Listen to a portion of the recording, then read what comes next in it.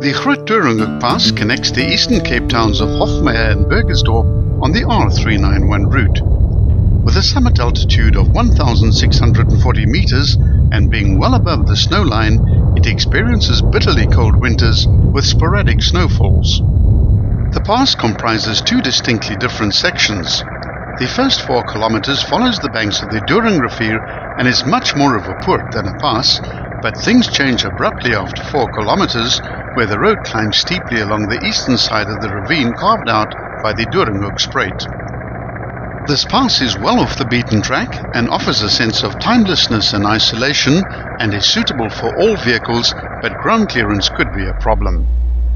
Immediately after crossing the Rechtervlei Bridge, the road makes a wide curve of over 90 degrees to the left, then skirts the western foothills of a large mountain, all the while remaining on the eastern side of the river.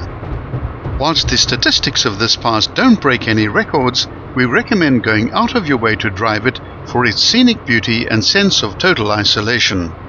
The pass and its approach roads traverse some pristine sections of the Karoo and offers a delight to those who know and love these great open spaces. To the south of the pass lies the small town of Hofmeyr, which was established in 1873 and named after the linguist and champion of the Afrikaans language, Jan Hofmeyr. Apparently Paul Kruger was christened in the Dutch Reformed Church, which dominates the center of the town. Exactly 12 kilometers after the end of the pass, the road intersects with the tarred R56, where a left turn will get you to Steynsburg and a right turn to Molteno. After 2.5 kilometers, the road kinks away to the left past the Doringhoek farmstead through an S-bend with 2 very sharp 90-degree corners, and then heads resolutely north towards an obvious poort. This poort is officially known as Marais-Krans, and the first 2.4 kilometers has very little gradient and makes for an easy drive, but do remain alert for washaways and corrugations on the inside of the corners, as well as livestock on the road. The mountains now start hemming the road in, and this is where the Marais-Kloof offers a change in scenery. The road swings to the right into the northeast and follows the eastern bank of the river over fairly level terrain for just under 3 kilometers, curving into the northeast in sympathy with the mountain on the right. At the 3.3 kilometer mark, there's an intersection where a minor gravel road connects with the R391 from the west. This leads to the Kruisfontein and Jakkalsbos farms and is a dead end.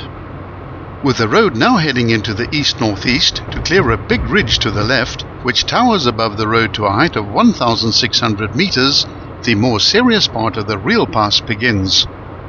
From the 4.3 kilometer point, the road gets perceptibly narrower and the gradients get immediately steeper at 1 in 16, and at various points along the ascent will get as steep as 1 in 9. You'll need to reduce speed here and gear down. With the direction now directly into the north, a steep-sided ravine cleaves a V-shaped gap down the mountainside. This fairly steep section lasts for just under 1 kilometer and contains 2 S-bends.